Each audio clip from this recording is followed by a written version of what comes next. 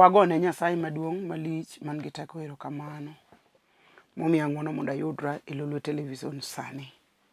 Yiena kapok awacho wach moromora mar opongo chunya to walem. Wagoni erokamano Ruodhwa kendo Nyasachwa, Wuoro maler kendo mang'won. Nyasaye mar honni gi ranyisi, Nyasaye mar kwe.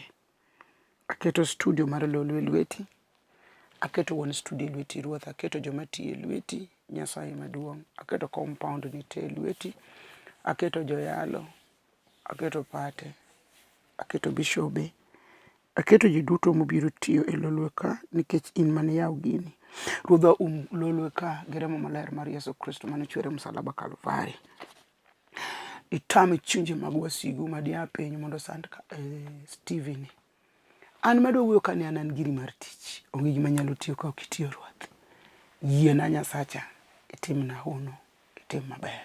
Jowinjogi kata jonenogi magini e lweti. Man gi chandruok mondo igol e loka ligega kaka ondike muma.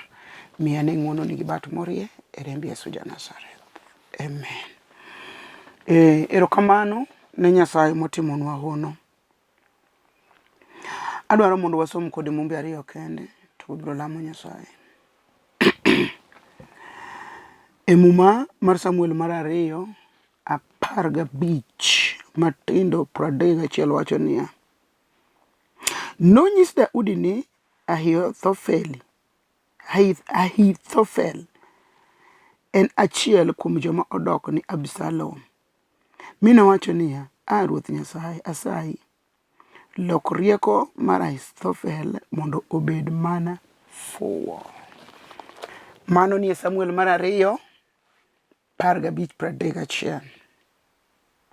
Adwaro mondo asom kodi muma Jeremia 29 matindo 11.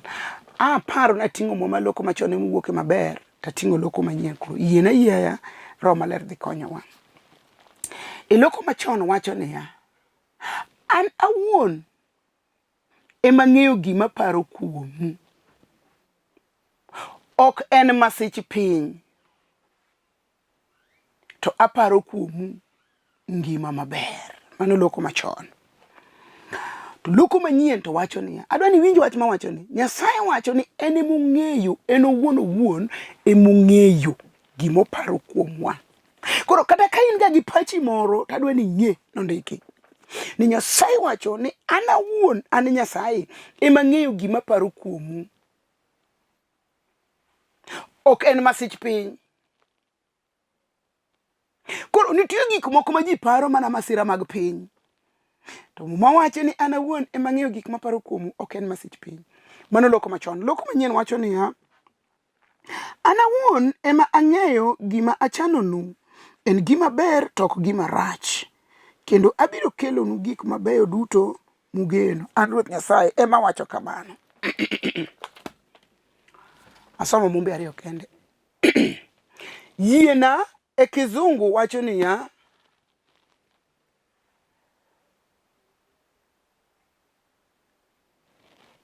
I have a good plan for you, not to harm you. Nyasaye imantiere kod plans mabeyo kuomwa. Plan aparo ni en chenro. To kutieko mumbe no gi kizungu to wacho niya, declare the Lord. An ema wacho. Wach ni osiepna moro nyolero na mawinjo kodonjo na matut. Gimiluongo ni declaration, yani kudeclare. Wan kod weche ariyo machal to pogore. Wachak gi muma Jeremia. Nyasaye wacho ni ang'eyo paro ma paro kuomu. Ok en masich piny. Ta paro kuomu gik mabeyo.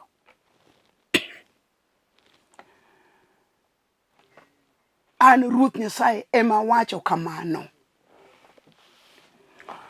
Wan kod weche ariyo ka madwaro mondo wawuoye to wabiro lamo Nyasaye bang' ka oseyalo Samuel. Muma wacho gi kizungu ni an ema ng'eyo gik machanonu, to kitieko to wacho niya, declare the Lord. Nyasaye ema ochano kae to en ema owacho. Wach mawacho en ni wan gi weche ariyo, wan gi gima iluongo ni announcement gi dho wazungu, gima olandi, to gi gima Nyasaye wacho opogore. Gima obedo announce to gi gima obedo declared opogore. Adwaro mondo ing'e ni ka in nyathi Nyasaye to nitie gima Nyasaye ochano ni ma en ema wacho. Gima obedo announce en ni inyalo lande. Sani wachomo kura moro ka matin. Campaign ringo sani ma to ng'ato nyalo wacho niya, ng'ane mo ka waneno kaka kura dhi, ng'ane oseyombo. Malandi ni ng'ane oyombo, to ng'at mani chien jakare moyombo.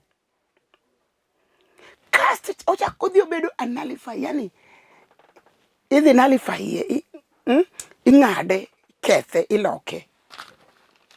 To gima Nyasaye declare ok ng'adre, be ok kethi, be ok wuo, be ok chak pare paro machielo nikech Jehova ema owuoyo. Iwinjo ang'o e chunyi ka Nyasaye dwa nowacho wach moro sani? Onge ng'ama nyalo nullify wachno. Ka Nyasaye owacho ni in ming'iya tang'ini, in mayalo nini, ma ji ochayo ni, ma ji nyiero ni, ma ji ok ong'eyo ni, ma pi wang'e chwer ni, ma pok oting'o nyathi, musike wod pile ni, in mayalo nini. Ka Nyasaye owacho ni chango sani, tichango. To kowacho ni in obiro ting'o nyathi, titing'o. To kowacho ni wuotho gi tiendi oromi, Nyasaye miyi mitoka miyi nikia kumo aye, to miyi. Nikech gima Nyasaye wacho ok kal. Ma piny owacho inyalo ruchi kendo wuoyo. To ma Nyasaye owacho. Koro an ka mondo penji, ang'o midwaro mondo Nyasaye wach kuomi? Iwinjo kang'o masandi mondo Nyasaye wach kuomi? Nikech gima Nyasaye wacho onge ng'ama ketho, onge. Isaya wacho ni gima Nyasaye omako e lwete kama, onge ng'ama golo, to moloso ok chak kethre kendo. Jeremia to wacho, I know the plans I have for you, not to harm you, but to bless you, declare the Lord. Nyasaye kopango ni gimoro maber, to timore. An nonyuola dala mudhier cha. Asewach wach ni kapile ni wan mama na ni onge kata ot midonje ni. Mama na nigi ot malumu ng'adore tado nyaka usuri malo. Koro ka koth chwe to chung kama ochomore go usuri tir. Angalau wayude muya moro matin mar liet ma koro koth ok gowa. To gima Nyasaye owacho. Gima Nyasaye owacho. Nyasaye nowara ka jaklas 5 kama, ka jeka 11. Ji penja gani to nyathi mathis dwaro nang'o? Nyasaye nowara ka en gi dwaro mondo ting' od mama malo kokalo kuom lamba. To lamo Nyasaye ma Nyasaye wach ni an Jehova ma wacho. Chieng' mane mama Nyasaye dwa gero ne ot, to dukani lamo kabisa kuni Ruoth ayany ga chayo Roma gi mama wate waonge kata ot. Nyasaye wano kwan ji chieng' moro be nitimo obede ji. To sama ni Nyasaye dwa gero ne mama na ot, nokonkelo ma accident ka gimo tie kod mama gi nyathiwa machogo mawuoyi. To nyathini no simu dhi chiro osiptal. Gima Nyasaye wacho, gima Nyasaye wacho. Ka Nyasaye wacho, onge ng'ama kalo, be ok wirre, be onge rucho, be onge ng'ama ketho, ok pudhi. Gima Nyasaye apenji, idwa ni Nyasaye wacho ng'e ngima ni kawuono, kowacho to ok okethre. Karo ma Nyasaye kona ni osebiro mondo Nyasaye osebiro mondo timna hono kaneno gi wenge nage. Wengi na mine na ngigo gi. Ema Nyasaye no kona na se biro mondo timni hono kineno gi wang'ini. To Nyasaye dhi owewa kamano. Koro hono mani Nyasaye dwa timo na kiana ng'enya ni Nyasaye an duto te na ng'eyo ni atho mano hinyore cha ema Nyasaye dhi chango nikech Ruoth wacho niya osebiro na mondo timna uno. Wi ok nyal wil gi jono tieno piyo. Jono piyo tieno. Jono tieno piyo jono piyo tieno mowuod kak dhi mudhok mit. Nyathi ma ja youth mapotin. Hemaro mar Nyasaye wuoyogo e sama na yudo report ni omera mitoko nego. To nwachako ywak gi nyathi mathisno ne gin jo youth nwadhi e chokruok. To ro weya Nyasaye onge gi yiero. To Nyasaye dhi jono tieno piyo. Mawuod kaka dhimo karachonyo.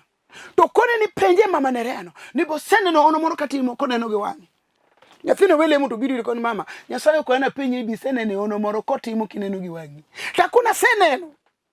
To jodo kelamo. To chako oro tino no. Nidhi kone ni abiro timo ne ono koneno gi wang'e. To nyathini ringo duogo no wachna ni mondo wachni en odichieng' tera langa o kate lek ogacho go piny walemo. Ni Nyasaye dwa timo ni ono kineno gi wang'i. Abena sarenda enyim siepna enyim jawarna enyim jachwechna. Akoni kai sewacho arito era anka arito. Ekana po ka Nyasaye no neno ni lamba kod ywak na cha no chopo mopongo Nyasaye full dabal. Koro kono dwa timo na hono. To hono mo dwa timo to ko wacho. Wacho mana riti odwa timo na hono kaneno gi wang'a. Ka Nyasaye no timo hono. Ma Nyasaye omi mama ot. Jo Nyasaye ka Nyasaye wacho to onge ng'ama ketho wan waonge kata nying. Jehova kelo nying. Ish. Abiro pimo Nyasacha no gi ng'a. Da wuok kuome nade. Da pake nang'o. Da gone sarute yo mane. Nyasacha ni nimne piny nang'o. Muma wacho ni an ema ng'eyo gima chanonu. Chanonu gik mabeyo to gik maricho. Ang'o midwaro mondo Nyasaye ochan ngimani sani. Jal ma wuoyo kuome. Ema kadhi tedo to onge kata nanga nikech na ted awuok e dala mudhier to adok e dala mudhier. Dala ma onge kata yo. To lamo. Asiri ni sike lamo Nyasaye mondo ne gik madongo ma Nyasaye timo. Momo no nyiera moko ane an mana gi lawa achiel kende. Ta dier maro maler ne an gachiel. Ne an gachiel moro mogori polo kama ma nyathi moro ma migogo kona nini gi lawa achiel ma kibire yaw ka tiluoko tidong duke yawi bet adier na dong duke yaw ka bet piny. Tieng chama kanyo nyaka lawa no tuo koka ka opia luoko rataro ko lawa nikech ne onge. Ane mang'eyo gik machanonu Nyasaye wacho kokoro gi dho Jeremia. Achanonu gik mabeyo to gik maricho. Ang'o miwinjo ka rach kuomi midwaro Jehova change loki mondo chani gik mabeyo. Nyasaye in a destiny changer. Onge juoga manyalo change your destiny, never. Jehova Nyasaye. Kendo Nyasaye nyalo mi reach your destiny kane ok par. Chieng' machielo ka koro lawa mar mogori polo choti. Ong'eyo na lawa moko ndalo no lewni moko nobiro mag taulo mapek kama. Wi ok nyal wil nen maroon to bade ko ng'ado cream. Msibe be cream mute ka biro vima cream. Aonge nanga mora mora. Aonge go. Ane mang'eyo gik machanonu Nyasaye wuoyo. Chanonu gik mabeyo to gik maricho. To mama moro buka mane chiro. Ni in mana gi lawa achiel mar taulo ni. Emi dhiga go nyaka lemo kod chiro. Anan gi lewni 10 gachiel odwaka kamano. To Nyasaye no uma makana negi wacho kamano tok chalna nikech ang'o mawacho ni Nyasaye mong'eyo gik mochanonwa. Ochanonwa gik mabeyo tok gik maricho. Abena yie aonge ga adier na onge go. Kendo wiya ok nyal wil kabire piny Nairobi go pat kira. Wuoro Nyasaye ma ja amalo. Ka Nyasaye ochano gima ber ng'ano madikethi. Umawacho ni ka Ruoth obedo jaka korwa. Ka Nyasaye obedo jaka korwa. Nyasaye kobedo nyaka kor ng'ato.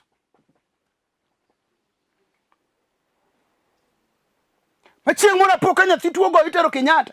To wuok gi yora moro. Nyasaye mondo gwedho cho Jamaika. Mano utingo mako lweta katera Kenyatta gi nyathi ka tuo. Nyasaye mondo gwedhe, Nyasaye opare, Nyasaye ume kendo rite. Tarwako patki to penja ni tionge wuoche moro. Mai midhi godo mai dhi kieri mtoka. And because na onge ko na idho mtoka Kenya bas. Adhi nyaka Kenyatta. Ai, an ema ng'eyo gik machanonu. Achanonu gik mabeyo, tok gik maricho. Ka Nyasaye ochano gik mabeyo. Ka Nyasaye ochano gik mabeyo. Ka Nyasaye ochano gik mabeyo. Idwaro mondo Nyasaye ochan ni ang'o? Nang'iyo simba tayudo wach moro ma ng'ato oro. Ka mama moro wuoth gi jaode maber kabisa. To kijana moro mathis matinde ka a. Adoni winjo wach mawacho ni. Min gi wuon notho road accident, notho ajali mar mitoka mar barabara. To dong kamano koro ket kae gimocham onge. To dhi dala jogi to yaw drisa ka jogi onge. Koro idhi wi drisa to pod otin. Ogolo gik moko manyo gima do cham to pod ok oyudi. To gola to kama macha biro gi chwore giwuotho ma piny ber kod gin yani piny margi. To go koko to penye, "Hi, my friend, ang'o manyo kanyo?" To nyathino duoke ni, "Amanyo gimoro mondo acham." To penye nyathino, "Nyingi ng'a?" To nyathino wachone. To nyathino be penjo, "Nyingi ng'a?" To wachone nyathino ni, "Nyinga ng'ane?" To mae jaoda. Adoni winjo wach mawachoni. To penjo nyathino ni be jonyuol ni nitie. To nyathino duoke ni jonyuol no notho road accident. To wach no bedo ne malit. To donje mfuko ne to golo pesa to miyo nyathini. To koni mamini dhi ng'iewo go chiemo kendo imany go kama inyalo dake. To nyathino ng'iye to buok. To nitie gima nyathino nowacho. To chuor mamani samo neno ka mamani ogolo pesa. Adoni winjo wach mawacho ni nikech samoro gini nyalo bet ni chal kod mari. Sama dichuogni neno ka mamani ogolo pesa mondo mi nyathini. To wang'e lokore obiro le. Opani why? Imiye nikech ang'o? Apako Nyasaye. Kawuono mari kiny mar ng'ama chielo. Kawuono in go kiny onge go ng'ama ne ok idwar ng'ama ne onge go cha ema konyi. Kitemo gimoro gino biro luwi ken gima ber obiro luwi gi ber. Ko gima rach obiro luwi gi rach. To ka nyathi cha wuok mondo dhi to mama cha golo ring moro. Chain. To koni ok mano kende bi duogane. Kuduogo to sone nyathi cha giche lwete. Notin kabisa nyathino. Nyathino ng'iyo kama. To koni nyathino ni mano rapar. Chiemo ni par. Gima natimoni. Nyathi jogo niero kama to wuok gi ng'wecho dhi. Koro bang' higni mang'eny. To dhako ni gi chwore. Pesa orumo ka gichulo tonge. To wuono to biro to konegi ni gidare ot. Keto ng'ama chielo. Kare nyathi mane nyathi kich maonge min gi wuon mano mi pesa odhi ocham to dichuo ne dagi ne ger na ng'o mi miye cha. Ato chako mede chain. Nyasaye notero nyathi cha dala cha gi gimomiyo. Ka nyathi jodongo modongo to nyathi jobedo jamoko. To wiye no wil gi dhako cha. Koro ka to tamo mama cha gi chuore cha chulo. Landlord odhi omo kijana cha to uso ne ot. Kokia ni mano od osiepne mano konye. Mama tim maber mondo Nyasaye chieng' moro timni maber. Kata ka chuori rach saidi tim maber mondo Nyasaye chieng' moro timni maber. Baba tim maber mondo Nyasaye chieng' moro timni maber. Kata ka dhako ma in go rach kabisa tim maber mondo chieng' moro Nyasaye timni maber. Nyathi tim maber mondo chiemo Nyasaye tim ni maber. Kata ka jodu jonyuol ni richo to tim maber. Kinde moko Jehova nopar gimi tim maber. Ondike mo mati joote mokadhi somo ni Kornelio ne jaduong' mar oganda lweny ma Italiko. To nosiko kolamo Nyasaye pile ka pile dide kodiochieng'. To notimo timbe mag ng'wono. Nokonyo jo-Yahudi modhier. To wachno kende nomiyo kochako lemo to lambe nochopo. Ma malaika kone ni Kornelio, lambi kod timbe ni mag ng'wono osechopo e nyim kom duong' mar Nyasaye. Omiyo Nyasaye owacho ni or ng'ato Jopa. Nitiere gima kitimo maber to Nyasaye nyaka chieng' moro par gigo Nyasaye kete file Nyasaye ok yiechi, file Nyasaye ok lal, file Nyasaye ndiko gi chuma. Apako Nyasaye mar Israel. Kaka koro landlord obiro to dwong'o dhot, to mama chemo wuok to chako sayo landlord ka gin gi kijana mane mama chokonyo ka tin cha nyathi kich mane ochikore dirisa dwaro chiemo cha. To mama ja sayo landlord ni wenwa kata 2 weeks yawo wabiro manyo pesa wabiro mi wenwa ni no asekelo jinga mung'iepo mai wuon ot wuog oko mondo donji. To nyathi ohoyo wuon ot ni ebu doga ne piny matin. Pako misinga. Ke uje Yahudi. Yesu jal makitiyo ne Ruodho biro tiyo ni. Jawar no chiero lotho chieng' mar adek. Molando ali atari kuwuok e dier joma tho. Ni teko te polo kende piny osemiye. Jawar nigi teko te. Nyaka kind wasiki, nyaka kind ajuoke, nyaka kind joma negi, nyaka kind weche te, nyaka jochiende machieni. Jawar nigi teko. Olando. Mwacho ni teko polo kende piny osemiya. Ok nomiye mar polo kende, to nomiye me polo kende piny. To ka nyathi osehoyo wuon ot, to penjo mama cha, ine Mrs. Ben? To mama no buok. Kechigno dhi mang'eny wiyo wil gi nyathi cha. Be gima notimo cha wiyo wilgo. We timo gimoro mondo isiki paro kisiemo ne ng'ato ni dong' natimo ni kama. Inda timo. Tim te wene Nyasaye tich oti. Tenda wema enda sako. Nyasaye makoro tiyo kin be ok par ni dine onge an Nereah kudo chopo kama chopo na pana ti Nyasaye biro paro gimitiyo. Wiyo wil nikech en ok otiyo nyathi no tiyo ni Nyasaye ma Nyasach mondo liete gi nyithindi kie. To penjo nyathi ni ing'eya nadi?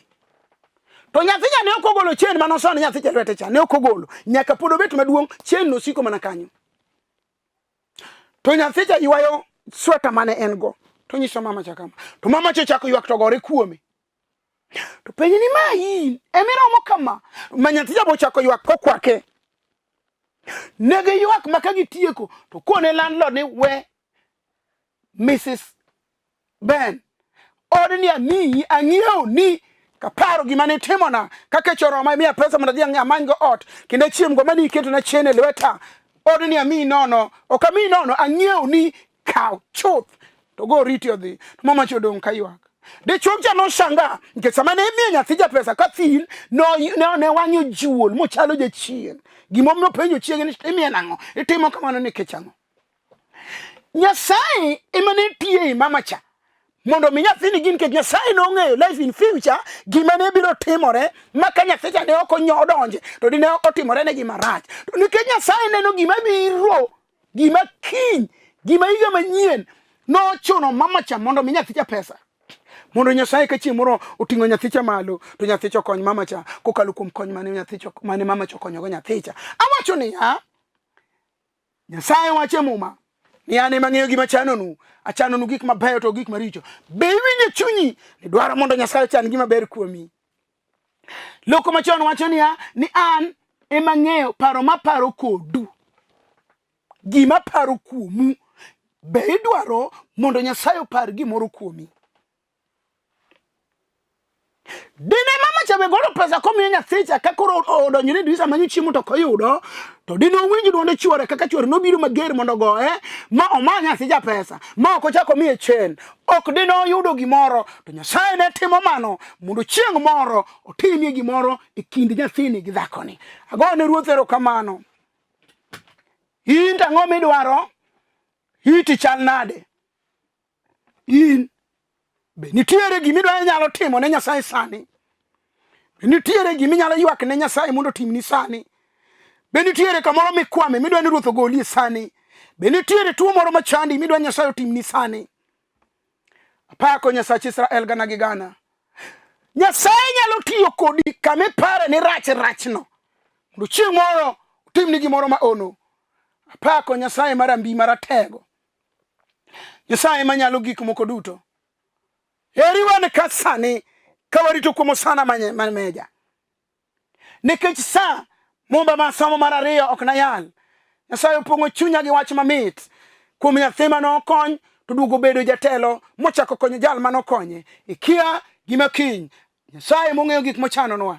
Ochanonwa gik mabeyo to ok gik maricho. Aluongi sani mondo ibir Nyasaye machano gik mabeyo. Nyasaye oikore. Roho Maler kona niya, kata sani kimako TV tibiro neno Nyasaye no gi wang'i. Oikore mondo tim gik mabeyo. Oikore mondo kal kodi. Oikore mondo duogni geno. Oikore mondo duogni pachi. Oikore mondo duogni ngimani. Oikore mondo duogni mwanduni. Oikore mondo duog chori. Oikore mondo duog chiegi. Oikore mondo duogni mwandu. Oikore mondo duog nyithindi. Oikore mondo duogni tichni. Oikore mondo duog handi. Nyasaye ong'eyo gik mochanonwa. Ochanonwa gik mabeyo to ok gik maricho. Walemu. Wamiyo nyingi duong' Ruoth. Erani, ng'wononi, lochni, pakni, duong'ni, tekoni. Wan e lweti Ruoth. Jal momako TV ma piny ochamono. Jawar ing'eye. Iwachonwa muma. Ing'eyo gik michanonwa. Na neni od mama nyar gi Nereah. Kakare ni wara ka thin gi sababu nikech ning'eyo od mama okwamo. Miyo ni ing'eyo gik michanonwa. Aseneni gi wang'a ratego. Jal man kani. Jal ma piny ochamoni. Jal mokuyoni. Jal maywakni. Jal matuoni. Jal mimayo mwanduneni. Jal mimayo lopeni. Jal modonjne jelani. Nyasaye ma Nyasacha. Glory be. Robo Shonto. My glory master. Remi mama kanta. Yesu Kristo lavakua. Apuo iratego. Apaki omwami. Apaki jatelo. Isetimo. Nyingi musiko mondo koro yud duong'. Onge jal maromo kodi. Nyasaye onge. Nyingi yud duong'. Rembi Yesu Kristo ma Nazareth. Amen. An mawuoyo kodi an Nereah Mbewa. Mawuok e piny Karachonyo ka Uma. Skul mar Kandiege. An jal ma Yesu Kristo nowaro. Anyara sembo kanyikela. Modak Ndhiwa Rangenya Skul. Anyar jaduong' manosetho miluongo ni Rufus Agola Bakaboy. Awuok e kanisa mar Hope for Good in Christ. Ajal ma Yesu waro. Wan gi kanisa Mamboleo Kisumu. Wan gi kanisa Simbi Nyaima Kindu Bay. Wan gi kanisa Mtongwe Mombasa. Wan gi kanisa e chuny town mar Nairobi. Wan gi kanisa Kaloleni City Stadium Nairobi. Warwaki kuondego te. Nyasacha mondo gwedhi kibiro. Nyasaye ma ono timo gik madongo kanyo. Sa ong'ada da timo neno madongo ma Ruoth osetimo kanisa wa. Duonge pak mondo dog ne Yesu Kristo polo. Nyasaye mondo gwedhi jal mora mora moseng'ewnwa gik moko. Nyasaye ogwedhi. Nyasaye oketi kanyo nikech an. Nyasaye oketa kanyo nikech in. Agwedhi mondo igwedha. Pod waremo gik mang'eny. Nyawachni waonge gi generator, waonge gi ot, waonge gi tent. Nyasaye omule dichuo moro gi dhako moro. Nyasaye omule kijana moro gi nyako moro. Nyasaye omule kambi moro. Nyasaye omule NGO moro. Nyasaye omule dona moro. Otimie ono. Nyasaye biro gwedhi. Nyasaye ogwedhi kawarado kendo. Pod ageno gik madongo ma Ruoth kelo kowuok kuomi. Wabiro neno gik madongo. Nyasaye ma ono mondo gwedhi. E remb Yesu Kristo ma Nazareth. 0720403913. God bless you so much. Shalom.